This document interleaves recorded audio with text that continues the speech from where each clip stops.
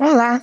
Esta entrevista é parte de uma série de depoimentos de antigos educadores ambientais que participaram dos primeiros centros de educação ambiental públicos da cidade de São Paulo, o SEAS Previdência e CAR. Compõe o programa Verdes Memórias, da Coordenação de Educação Ambiental da Secretaria do Verde e Meio Ambiente, que visa inventariar testemunhos de memórias socioambientais do município. Acompanhe a seguir a entrevista realizada com Sandra Santos, sobre o SEAS Pioneiros de São Paulo. Sandra é pedagoga e escritora e atuou no SEAS entre 1993 e 2005.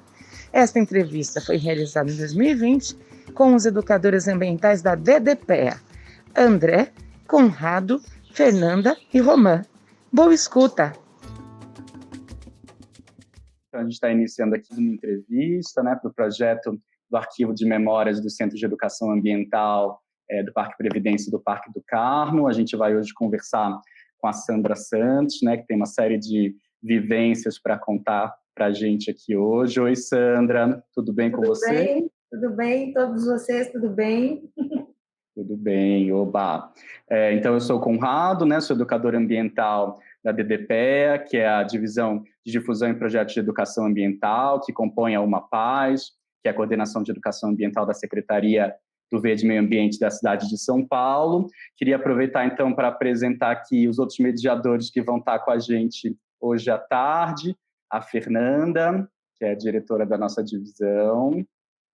E aí, Fernanda? Olá, boa tarde, todos e todas. Olá. A gente vai estar aqui também contando com a Romã, que também é educadora da nossa divisão. Oi, Romã. Boa tarde, gente. Boa tarde. E também com o André, que também é educador da nossa divisão, que vocês já se conhecem aí de longa data, né? Vão ter muita história para trocar aqui com a gente. Boa tarde. Tenho certeza que vai ser uma coisa muito boa. Tenho certeza também. Então, só para explicar mais uma vez sobre o projeto, a gente está aqui numa entrevista do Arquivo de Memórias do SEAS, né? Que a ideia é que ele componha um programa permanente de um inventário da memória socioambiental da cidade de São Paulo. É um projeto piloto, então, dentro desse inventário, que tem como objetivo, dentro desse arquivo, que a gente recolha relatos, guarde testemunhos de pessoas que participaram, né, das vivências do SES, que tiveram registros de memória importantes relacionados aos antigos SES, né, e nesse formato de entrevista. Só então para comentar um pouco como que a gente está imaginando aqui, Sandra, a dinâmica para hoje, a gente está imaginando que a gente pode conversar aqui entre 40 minutos e 1 hora, para a gente poder calcular os nossos tempos, né? E a gente tem um roteirinho para você ficar tranquila, mas que a gente vai seguindo, dividido em 3 partes. A gente pensou numa primeira parte em que a gente conversa um pouco primeiro sobre a formação dos primeiros anos do SES, o que você lembra sobre isso, o que contaram para você, então, desse pioneirismo desses 2 primeiros SES nos anos 80. Depois uma segunda parte em que a gente quer aprofundar e ouvir mais de você sobre as suas vivências, percepções, atividades que você lembra, como que eram os espaços. E aí, por fim, para a gente fechar, um terceiro momento em que a gente fala dessas memórias um pouco em retrospectiva e tenta pensar em usos futuros desse espaço, o que a gente espera, como a gente quer que ele seja lembrado. É mais ou menos isso, então, que a gente está imaginando percorrer nesses 40 minutos, 1 hora. E aí, para começar, queria convidar um pouco você para fazer uma breve apresentação de como a educação ambiental apareceu para você na sua vida, como isso se relaciona com o SES, como você se encontrou com o SES pela primeira vez. Você pode fazer um panorama, assim, breve, de como isso aparece na sua vida para a gente? Posso sim. Por favor, fique à vontade. Então, assim, eu entrei na prefeitura com 18 anos, como professora. Minha primeira formação é professora, então eu sou pedagoga e comecei a trabalhar como professora substituta em 81. E, assim, sempre tive uma coisa de gostar de trabalhar com os meus alunos. Eu trabalhava com educação infantil, sempre tive essa coisa de trabalhar com a criança e o mundo, né? Eu estou no mundo, e aí eu acabava envolvendo os pais e a escola inteira. E com o passar dos anos, eu confesso para vocês que a escola começou a ficar muito pesada para mim, porque ela tinha muros. Então, eu bolava atividades, eu passei para coordenação, porque eu queria vencer alguns obstáculos, né? E aí eu já era efetiva, eu me efetivei em 83.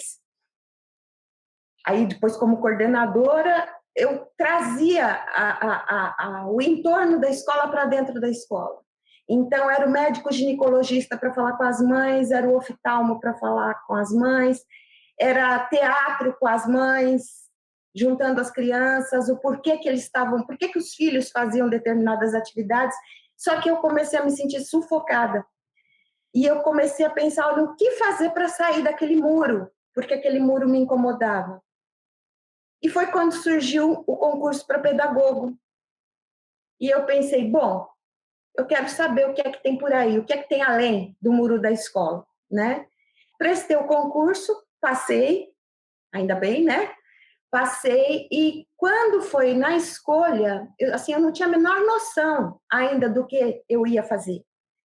A minha ideia até era Secretaria de Cultura, tá? Porque como eu gosto muito de arte, arte e educação, teatro, enfim, histórias, né? Eu falei, vou para cultura, eu acho que vou ter muito o que fazer lá, né? E não tem muro, né? Eu não preciso de muro.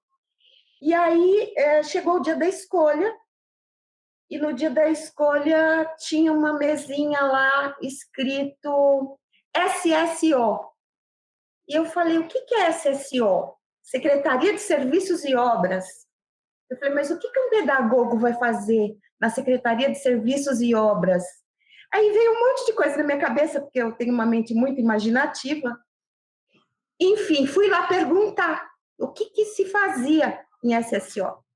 E aí foi quando a senhora que estava lá, né, que já era da secretaria, ela falou para mim, olha, filha, esta vaga é para trabalhar com educação ambiental. E eu pensei, trabalhar com educação ambiental, não caiu a ficha, assim, na minha cabeça. E aí ela, mas é muito longe, é em Itaquera, essa vaga. Gente, eu morava em Itaquera. Aí eu falei, essa vaga é minha. E eu vou descobrir o que é que... Eu vou descobrir, desafio é desafio, né? Fui lá, quando chegou minha vez, fui direto naquela senhora, assinei a minha escolha e fui encaminhada para SSO, para a DEPAV, que era a divisão, o departamento, na verdade, né? Departamento de Parques e Áreas Verdes, que cuidava dos centros de educação ambiental. E eu acabei indo trabalhar no Centro de Educação Ambiental do Carmo, que ficava, naquela época, a 4, 5 quilômetros da minha casa. E por falta de divulgação, eu nem conhecia. Mesmo sendo professora, coordenadora, trabalhando numa escola próximo, eu ainda não tinha conhecimento da existência deste importante trabalho. Então, encontrei já o CEA, Carmo e Previdência trabalhando, funcionando a plenos pulmões, né?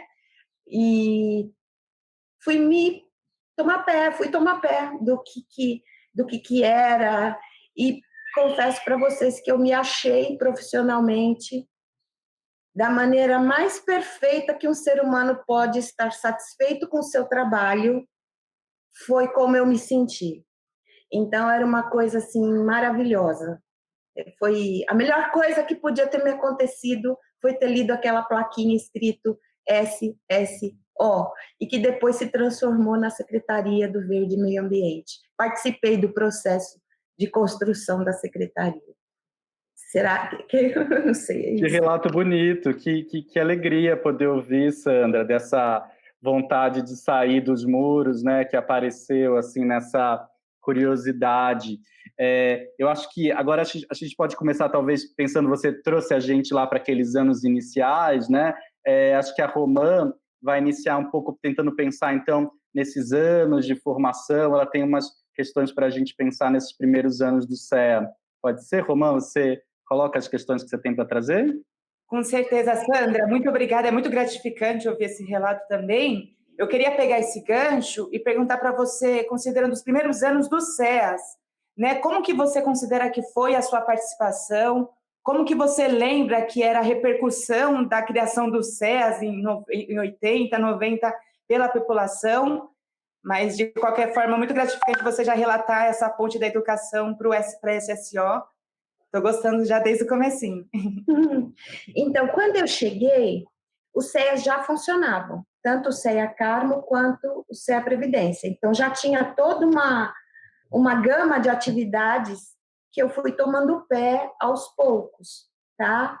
Então, assim, nos primeiros anos que eu não participei, o que eu sei é que era uma coisa mais voltada para o atendimento ao usuário dos parques, aos usuários dos parques. E como nós estávamos numa equipe, nos dois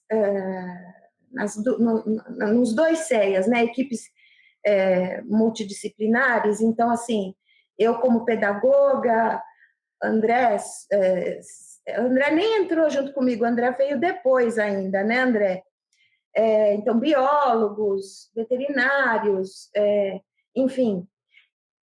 A ideia era você trazer o entorno e você chegar ao entorno, sair também dos muros ou das cercas verdes dos parques, né?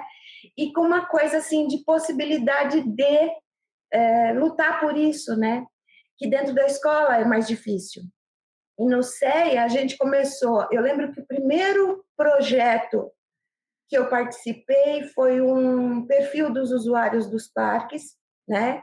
E depois, assim, um levantamento, mais ou menos um diagnóstico do que a gente tinha no entorno e de trazer as escolas e de como fazer essa divulgação, ampliando as atividades, né? Para tornar cada atividade mais... não vou nem... Assim, a palavra que está vindo na minha mente é eficiência e eficácia, mas não é isso. É mais contundente, é uma coisa que chegue. Porque se tem uma coisa que nós aprendemos nesse nosso trabalho é que, assim, informação não basta. Sensibilização por sensibilização também não basta. Então, você tem que ter essas duas coisas, mas você tem que ter intervenção. E para você poder ter intervenção, você tem que ter envolvimento. Então, as estratégias, elas eram voltadas a criar tudo isso, né? Sensibilização, informação, envolvimento e intervenção. Porque sem intervenção você também não fez nada. Você vai ficar discutindo. Você tem que agir. Então essa relação entre a teoria e a prática, que é uma coisa tão importante, a gente vivenciou. Porque não era só prática, a gente produzia muito conhecimento teórico. A gente participava de congressos, a gente escrevia, a gente, entendeu? A gente produzia artigos para os anais, enfim. A gente discutia o que estava fazendo. Era tudo muito pensado, muito elaborado, muito...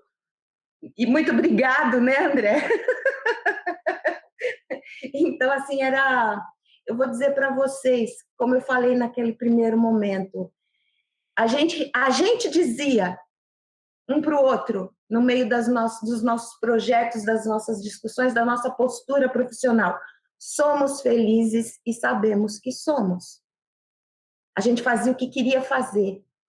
Então, era uma postura de estamos aqui para o público, estamos aqui para o meio ambiente.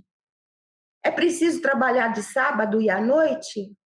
Aí é lá... Porque a gente estava aqui no Carmo, mas se precisasse ir lá no meio de Marcilac, a gente estava lá. Se precisasse lá na divisa com Poá, enfim, não importa, a gente estava lá.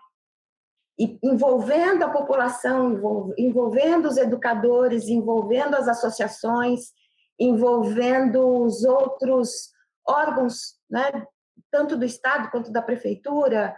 Então, de escola a postos de saúde, a creches, que naquela época chamava creche, outros parques, o Parque Ecológico do Tietê, e, enfim, envolvendo todas as instâncias que estavam e que estão presentes na questão ambiental. Você não tem como fazer educação ambiental sozinho. Um CEA, se ele não articular, se ele não estiver na região, ele não faz. E para nós, é o que eu falei, você tem teoria e você tem prática. E o que você tem que fazer para pôr isso em prática? É pôr a mão na massa? É envolver as pessoas? Então, era o que a gente fazia. Não sei se eu falo demais, tá? Sandra, fala maravilhosamente, tá? A gente está adorando. Eu queria aproveitar isso que você traz, né, da importância de intervir, e isso, querendo ou não, dialogar com a questão do envolvimento, das parcerias, de trazer o entorno para dentro do CEAS, por exemplo. Como que você lembra a repercussão que teve os momentos iniciais do CEA para o próprio poder público e para a própria população? Como que você sente que houve essa apropriação da população, da sociedade civil, nessas demandas, nesses diagnósticos, em tudo isso que era levantado pelo CEA ou por outras articulações? Olha, é bem gratificante lembrar de como isso acontecia, porque era visível. E, se eu não me engano, a gente até deve ter mensurado isso na época, a questão do envolvimento cada vez maior das escolas, independente se eram particulares, municipais ou estaduais, universidades, tá? Porque você tinha alunos fazendo estágio, você tinha estudantes querendo fazer pesquisa. Nós tínhamos uma biblioteca, nós tínhamos um museu de meio ambiente, que a proposta é bem diferente de um lugar estático, é um museu onde você constrói história, tá? Então, assim, o envolvimento da população em cada parte deste projeto e a população se envolvendo cada vez mais. Então, assim, estudantes indo lá porque sabiam que lá iam conseguir material de pesquisa, participar de cursos, os cursos sempre abertos a toda a população, independente de... E muitos cursos, tá? Eram muitos cursos que a gente tinha. E isso, assim, em 4, né, André? Éramos em 4 lá. E o povo do Previdência trabalhando da mesma forma, só que ali no Butantã.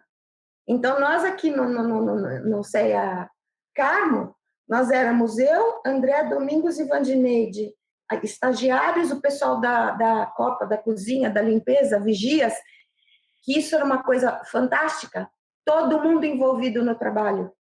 Tá? Então, tínhamos oficinas incríveis de aproveitamento máximo de alimentos, que era o pessoal da cozinha que participava. E eles se sentiam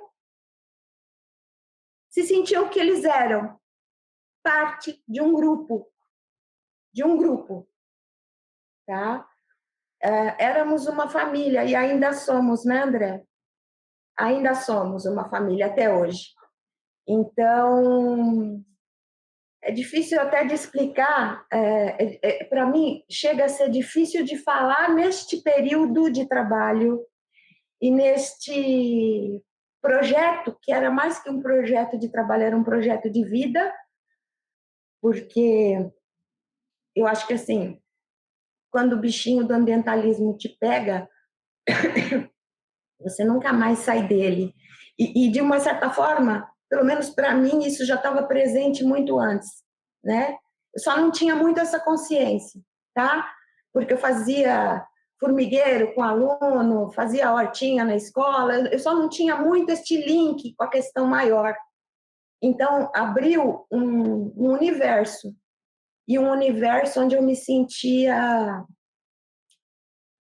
como que eu vou dizer, mesmo que sendo mais uma formiguinha, eu sentia que eu estava fazendo a minha parte, né? Eu fazia parte de algo muito importante, que eu valorizo demais até hoje. É isso, eu sinto que o envolvimento da população era cada vez maior, e um envolvimento prático, tá? As pessoas começaram a chegar para pedir, porque queriam intervir em uma praça que estava ali dando algum tipo de problema, ou com um uso subestimado, enfim, um espaço que podia melhorar. a gente ia até lá, juntava a população, juntava as instituições próximas e fazia um projeto junto com essa população de recuperação desse espaço e, junto com isso, história do Brasil, do mundo, do planeta, do universo, até as questões, o André está rindo, né, as questões culturais, as questões, enfim, ali a gente trazia tudo e as pessoas colocavam a mão na massa. Então, assim, eu vejo como muito positivo, era uma coisa muito forte, esse crescimento do envolvimento da população olhando para o seu espaço com outros olhos, né? E o que a gente fazia para divulgar? A gente fazia muitos cursos, né? Então, N oficinas.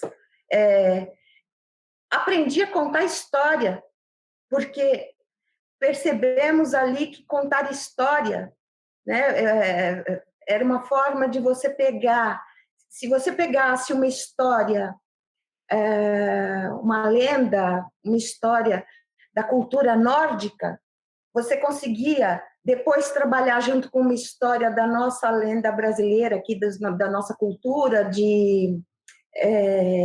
esqueci o nome dele agora, Câmara Cascudo, enfim, você conseguia fazer esse link da diferença do cenário, a geografia, a cultura, os costumes, né? O clima, né? Por que eu enxergo diferente esta mata que eu tenho aqui no Carmo? Por que eu enxergo esta mata diferente daquela mata que aparece no conto de fada dos irmãos Grimm? Por que essa diferença? Não é? Então, assim, tanta coisa a gente desenvolveu e construiu, como eu te disse, juntando a teoria com a prática, que foi maravilhoso. Maravilhoso. A única coisa que não foi maravilhosa é que não continuou. Só isso. Isso mata a gente um pouquinho. Isso mata a gente um pouquinho. Sandra, muito obrigada de novo. Eu queria só fazer mais uma pergunta para passar para questões de aprofundamento. Eu acho que é muito isso, conforme a gente vai sendo tocada pela importância da educação ambiental, a gente se vê cada vez mais num projeto que é coletivo, né? Num projeto de vida mesmo, né? E aproveitando isso, eu queria só nesses momentos iniciais que você compartilhasse com a gente como que você sente ser a importância dos CEAs, a formação deles, para a própria questão socioambiental, para as próprias políticas públicas. Qual que é a importância de você ter esse centro de educação ambiental nesses dois eixos, a questão socioambiental e as políticas públicas? Posso te contar um sonho? Pode. Para você saber o tamanho da importância? Eu queria um CEA em cada bairro. Um CEA em cada bairro. E com gente louca, bastante fora da caixinha, o suficiente para sonhar e para correr atrás do sonho. Porque educar é nunca parar de sonhar. Então, assim, eu queria um CEA em cada bairro. Esta é a importância de um CEA. Tá? A gente tinha que ter, não é só um em cada parque, que seria o lógico, né? O talvez, né? Você, vamos dizer assim, você sonhar com um pouquinho menos de loucura, né? Mas como eu não sou uma pessoa que sonha sem loucura, eu gostaria de um CEA em cada bairro. Um CEA em cada parque ainda seria pouco. Eu acho que respondi? Bonito, acho que a gente está aqui para sonhar junto também, né? Pensar no passado e também nos nossos desejos coletivos, né? Vocês já começaram a aprofundar um pouco, né, as metodologias, mas acho que a gente já pode ir para essa segunda parte em que a Fernanda também tem umas questões mais para entender como que se deu esses processos, né, essas metodologias que eram aplicadas. Fernanda, você pega aí a bola? Já está super aprofundada essa conversa, gente. Eu fiquei muito contente, Sandra, com esse seu relato inicial. Ele me lembrou uma poesia que eu vi em algum lugar, eu não sei, eu acho que da cidade, que era assim, muro, rumo, né? Pegando as vogais e as sílabas de muro, rumo embaixo. Eu acho que isso, essa poesia lembra muito o rumo que tomou a sua história a partir do muro, né? Que te incomodava tanto. Sim. Eu tenho um problema com muros. Então, que coisa! Muito legal. Mas é que o meio ambiente ele é transfronteiriço, né? Não existe muros mesmo para esse pensamento. Acho que tudo está muito articulado assim na sua fala e na nossa visão de mundo também. Então acho que a gente fica particularmente muito empolgado assim de escutar esse relato. E aí eu também queria fazer um comentário com base no que a Romã falou, dessa prática que vem com tanto envolvimento, engajamento, que a prática também não é dissociada da teoria, né? A gente não coloca um muro nisso, eu acho que você colocou isso muito bem, isso eu acho que já tem a ver com a ideia de metodologia, mas eu queria saber se existia uma metodologia específica que vocês se utilizaram e até se ela foi sendo repensada ao longo desses anos de CEA. Com certeza. Cada metodologia utilizada era pensada a cada momento, porque você tem públicos diferentes, você tem objetivos diferentes dependendo do projeto, então você tem que ir adaptando a sua metodologia. A única coisa que nunca mudou é que sempre foi muito participativo, tá? Então, assim, mesmo quando acho que a metodologia primordial era a participação, isto era um delineador, não estou lembrando o termo aqui, norteador, um norteador para o nosso trabalho. Então, cada vez mais chegar no território, como objetivo, né? Essa coisa da transformação consciente. Então, para você poder fazer uma transformação consciente, você tem que ter crítica, você tem que ter análise, você tem que ter estudo e você tem que ter prática, até para ver quando funciona, quando não funciona, avaliação constante, né?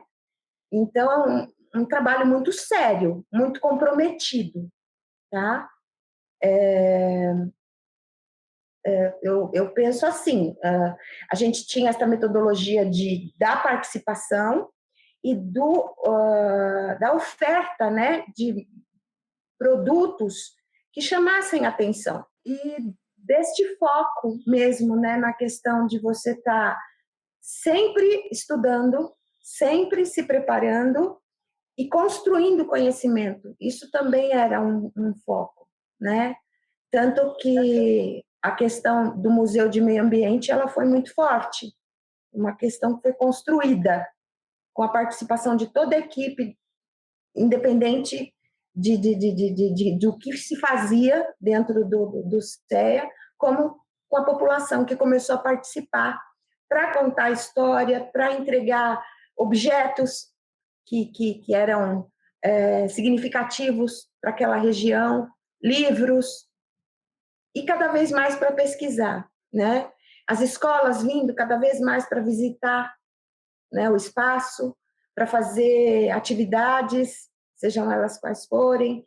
Então, tinha uma questão de montar várias atividades no próprio CEA, que era para fazer o CEA ficar visível e atrair as pessoas para o CEA, e depois, a partir disso, construindo algo para você poder atingir o território.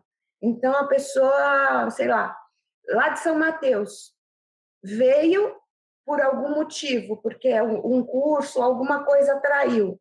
Ou simplesmente veio no domingo passear com a família, porque nós tínhamos plantão de domingo.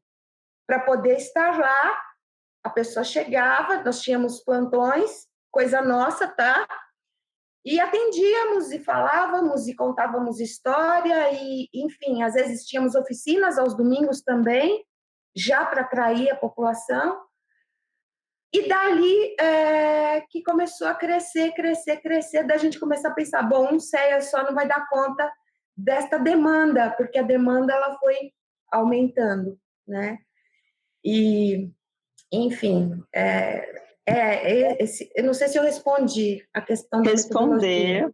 Então, tá bom. Claro, mas o papel e esses públicos também foram se alterando? Você falou sobre isso ter criado uma dimensão maior, ter se capilarizado mais e tal.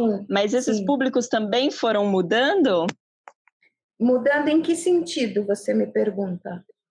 Você falou, por exemplo, do trabalho com as escolas. Será que vieram em outros momentos agentes de saúde? Sim, a gente em outros momentos... A gente mesmo envolveu no trabalho. Então, a gente tinha cursos planejados em parceria com a UNEP, na época, que era o Núcleo de Epidemiologia da região. Então, tínhamos cursos que eram já planejados e implementados com uma equipe já em parceria. Com o Instituto Butantan, nós tínhamos cursos com o Instituto Butantan. Então, não tinha muro, entendeu? Não tinha muro. Vinha gente do Jabaquara, gente do Pico do Jaraguá, gente de Poá, gente de todo lado. Vinha gente de todos os lados nos procurando. Não tinha isso. E fora o público que chegava só para passear no fim de semana, foi fazer um piquenique, olha que lugar legal, vamos lá ver o que é lá. E aí entrava e depois vinha participar de curso, né? Vinha participar de curso, muitas pessoas, em público muito... O público cresceu, e um público diferenciado em vários sentidos, né? Tanto em poder aquisitivo, quanto em, formação escolar, como idade, não tinha idade também, a gente atendia todas as idades, tínhamos atividades voltadas para crianças, voltadas para adultos, para terceira idade, que na época se falava assim, hoje em dia eu já nem sei mais, deve ser melhor idade, né? Eu já nem sei mais como é que fala. Saúde mental, enfim, estávamos abertos. Sandra, eu acho muito legal quando você fala, e isso é nosso, viu? Porque eu acho que a prática fundamentada, né, com teoria, ela também não está separada do indivíduo. Então, ela reflete muito quem nós somos, né? Aquilo que a gente faz reflete muito quem nós somos. Acho muito legal. Eu queria, com base nisso, te perguntar se tem alguma atividade que a equipe ou você individualmente trabalhou, vivenciou, alguma experiência que você queira destacar aqui e contar pra gente. Eu vou falar de mim, tá? Porque, assim, a equipe... Cada ser humano tem as suas individualidades, as suas particularidades, certo? Então, assim, como eu disse no começo, eu gosto muito de arte. Eu sou escritora agora eu me dedico a isso, tá? Sou poetisa, então sempre gostei muito de literatura, de pintura, de teatro, enfim. E sempre teve um bracinho da Sandra que ia para este lado. Sempre gostei muito de história, então eu fiz, baseado num material vasto que já tínhamos na nossa biblioteca, eu fiz meio que um mergulho na história da região e comecei a contar a história da região, mas eu queria mais, comecei a pesquisar mais, fui descobrindo coisas por história oral, né, memória oral da população, enfim. Tínhamos uma oficina de memória oral para discutir essas questões maiores. Tínhamos uma historiógrafa que também ia dar um aprofundamento para a gente nessa questão do desenvolvimento da cidade de São Paulo, né, da região metropolitana, como é que este parque sobrou, como sobrou tanta área verde, né, no meio de um lugar que não tem mais onde ter área verde. Então, tem todo um processo histórico que causou, né?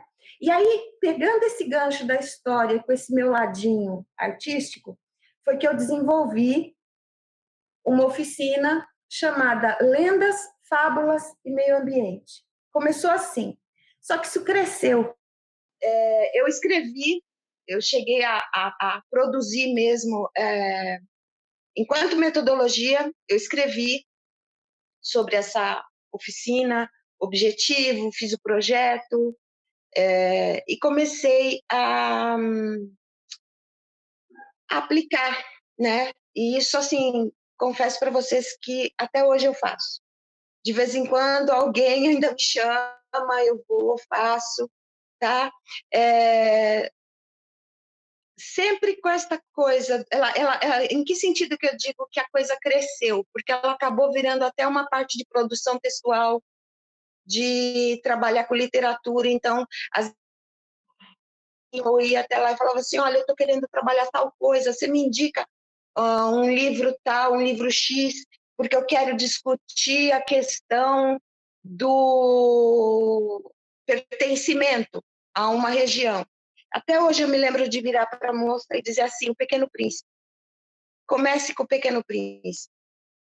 Entende? Então, assim,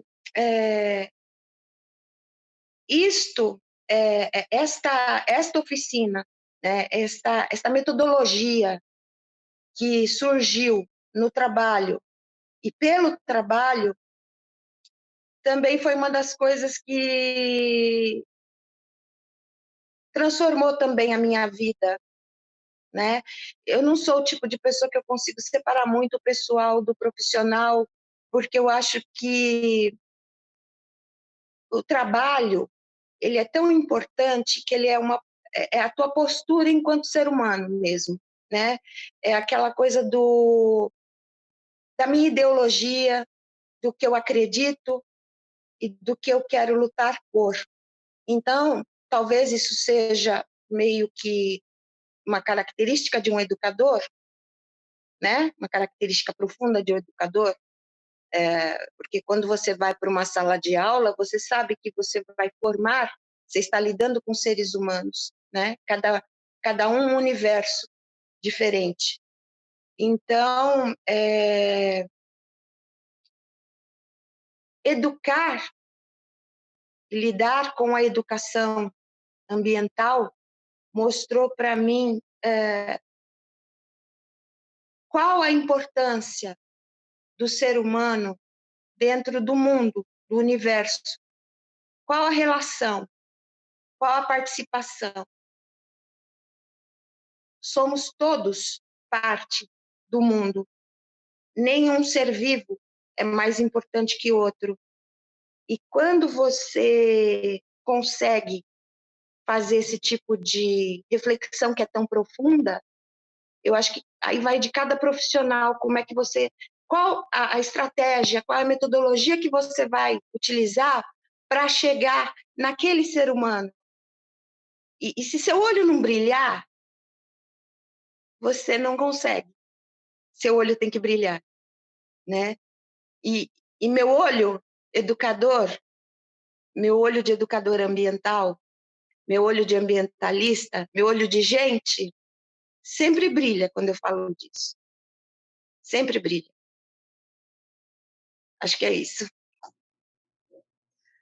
Que bonito, obrigada, Sandra. Os olhos de todo mundo aqui também estão brilhando. Não tem como não, né? Não tem como não. Todo mundo aqui super com os olhinhos e pegando essa energia. Antes só de passar para o André, Sandra, eu queria te perguntar também, você falou um pouco dos espaços, né, das infraestruturas da biblioteca, do Museu do Meio Ambiente. Tem como você contar um pouco como é que eram esses ambientes? Tinha algum lugar que você tem uma memória especial, um lugar que era gostoso de ficar com os públicos? Contar um pouquinho dessa atmosfera do lugar que era o CEA para você?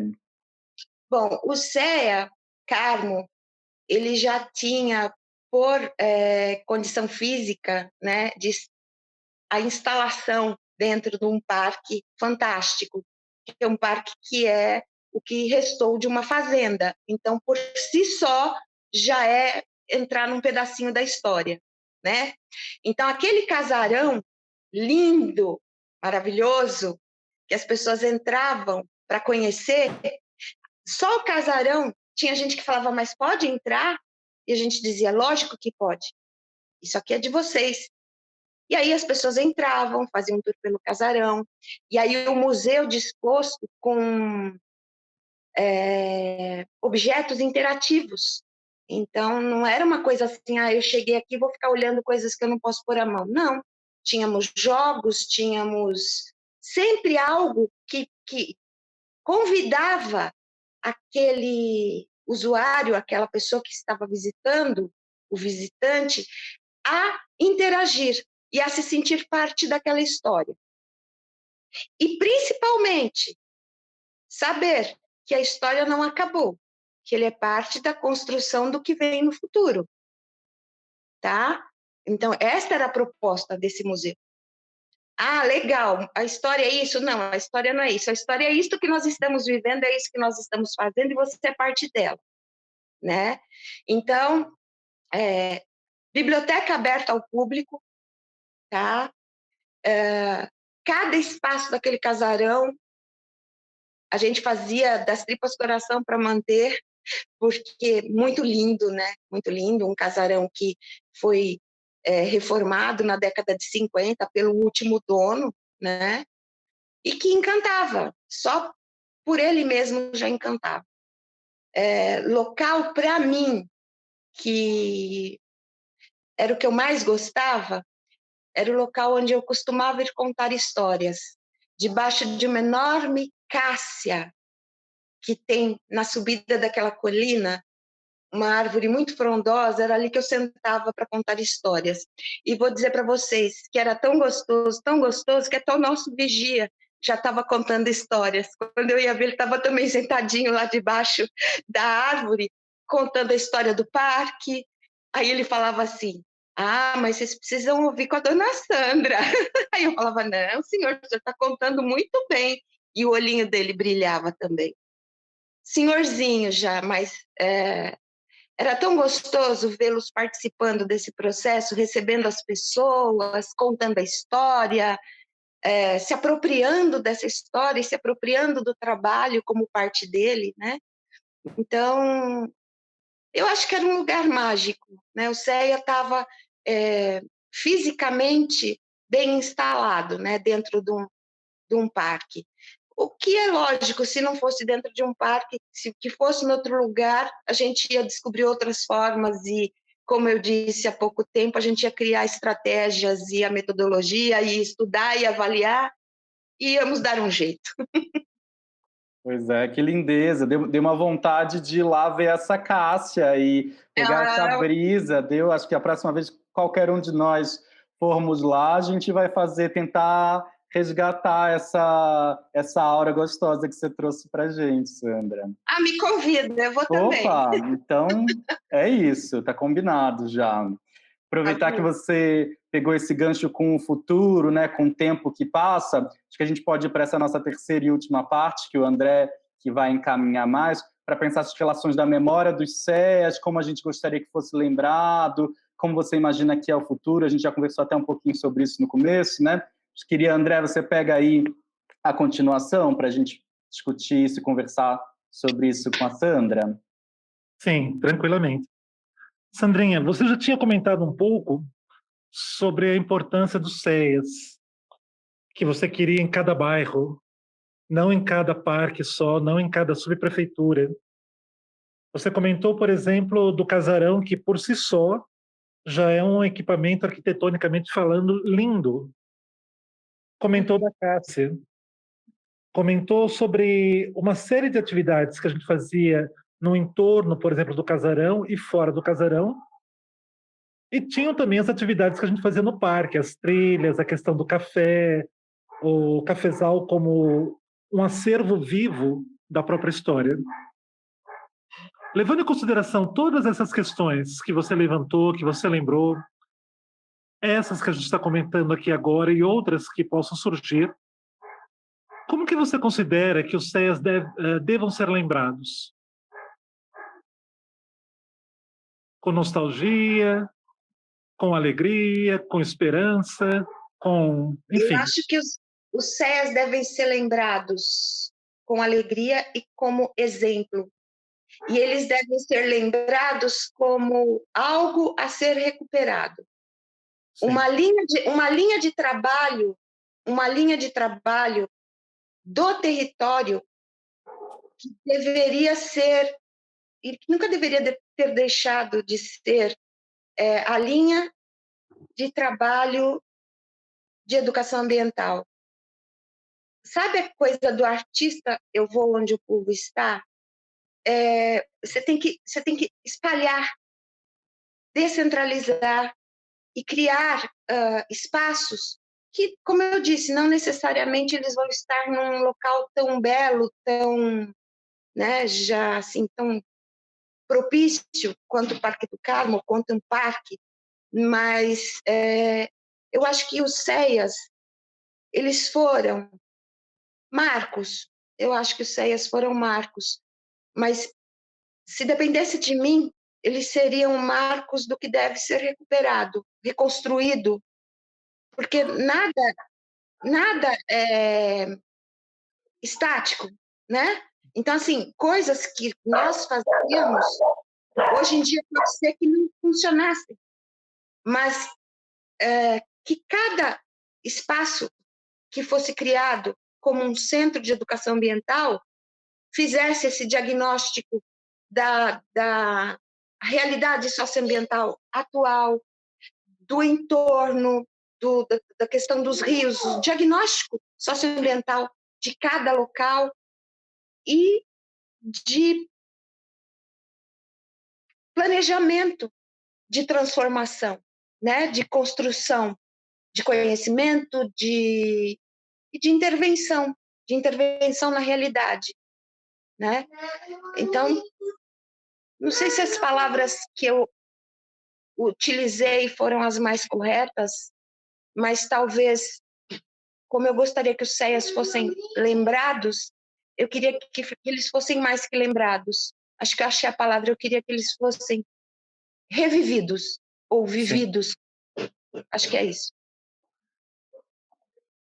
Levando em consideração essa reflexão, essa lembrança que você teve aqui agora, eu acabei lembrando também, entre outras atividades, a importância, por exemplo, do CEA Carmo, por exemplo, na questão do aterro sanitário.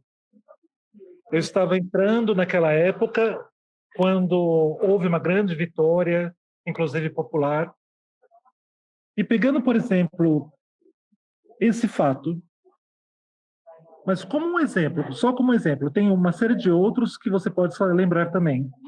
Que relevância você considera que os CEAs apresentam para a memória socioambiental da cidade de São Paulo? Eu acho que é uma importância significativa, André, porque aquele movimento gerou a formação de algumas ONGs e associações voltadas à questão ambiental. A gente estava num período histórico, né? Período de 92, Eco 92, a gente estava num período histórico que também ajudava, né, as discussões, tinha uma efervescência quanto às questões ambientais naquele período, né?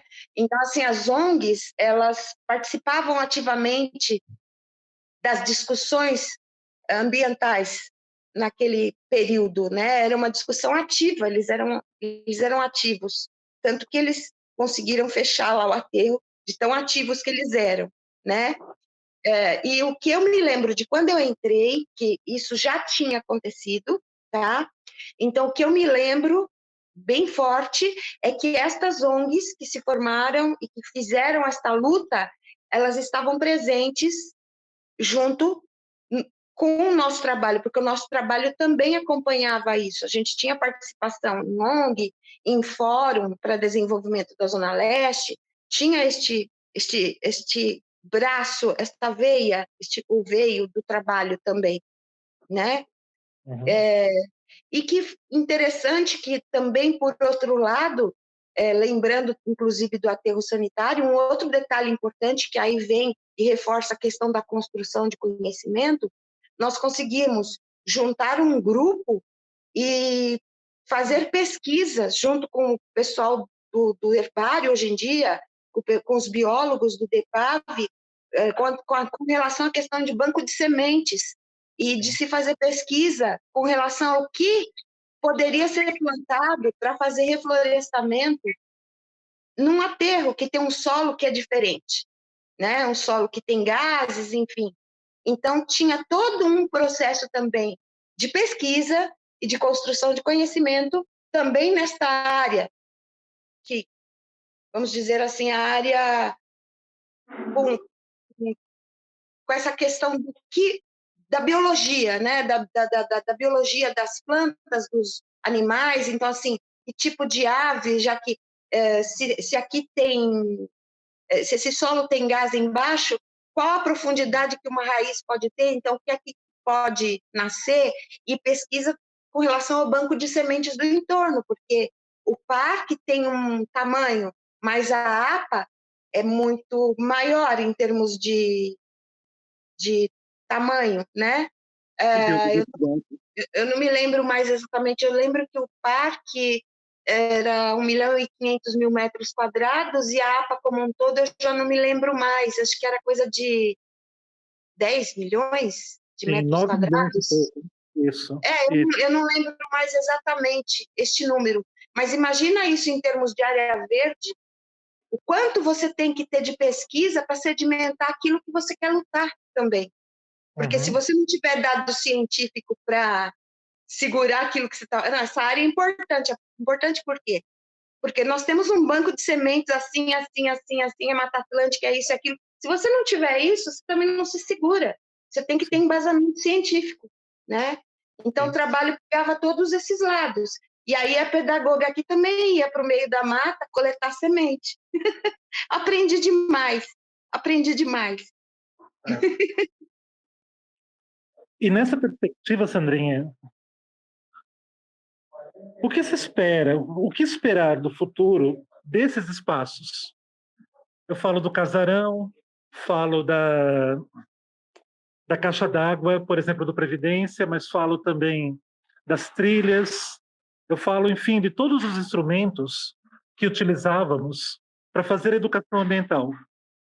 Nesse sentido, o que esperar do futuro desses espaços? Do futuro, vou voltar naquilo que eu falei antes. Eu sou uma eterna sonhadora. Por que não imaginar isso tudo funcionando de novo? Sim. Não é verdade? Como dizia o Domingos, a otimista de plantão. E por que não? Quem sabe, né? Alguém compra a ideia e fala, puxa, isso era legal, né? Funcionava. Vamos fazer funcionar de novo, vamos melhorar, vamos fazer crescer. Enfim, é isso. É isso. Legal, legal. A gente está chegando perto daquela nossa 1 horinha que a gente combinou, né, Sandra? Você quer fazer alguma colocação final, dizer alguma coisa que você queira deixar gravada sobre os CEAs? Acho que fica aberta aí se você quiser colocar uma fala final sobre tudo isso que veio à mente agora. Olha, primeiro eu quero agradecer de verdade, assim, do fundo do coração, porque durante 1 hora eu fiz uma visita no meu delicioso passado profissional, né? É como se a gente realmente estivesse lá de novo, né? Lembrando cada detalhe, até os cheiros, né? Porque os cheiros ficam na memória. Mas eu quero agradecer demais e dizer que eu fico muito feliz se essa iniciativa de vocês possa surtir algum efeito positivo para a reconstrução de espaços assim, né? De espaços não necessariamente iguais, mas que vão ter profissionais diferentes, com indivíduos diferentes, né, Fernanda, como você disse, mas com vontade e aquela postura ideológica da proteção do ambiente, da dedicação ao trabalho, E eu fico muito feliz porque se eu puder colaborar com isso, com essa iniciativa bacana, incrível, eu fico feliz com a iniciativa de vocês. Eu acho muito bacana. Fiquei feliz mesmo, de verdade. Se eu puder estar colaborando com isso, já fico satisfeita. Oba, a gente que agradece, né, Sandra, o privilégio de ouvir aqui você por essa 1 hora, suas memórias, e acho que o bonito é que isso fique para a gente consiga pensar como mais pessoas possam se contaminar com isso, né, para mais pessoas conhecerem essas memórias do CEA, para poderem valorizar, né. A gente te agradece demais, acho que todo mundo ficou bem feliz de poder ouvir você aqui e saber um pouco mais dessas trajetórias e a relação com o CEAS. Obrigadão. Eu é que agradeço. Esta foi a entrevista realizada com Sandra Santos, para o programa Verdes Memórias, uma realização da Divisão de Difusão de Projetos em Educação Ambiental da Coordenação de Educação Ambiental. Acompanhe as próximas entrevistas em nossas redes sociais. No próximo episódio, entrevistaremos Domingos Pereira, antigo educador ambiental do CEAS.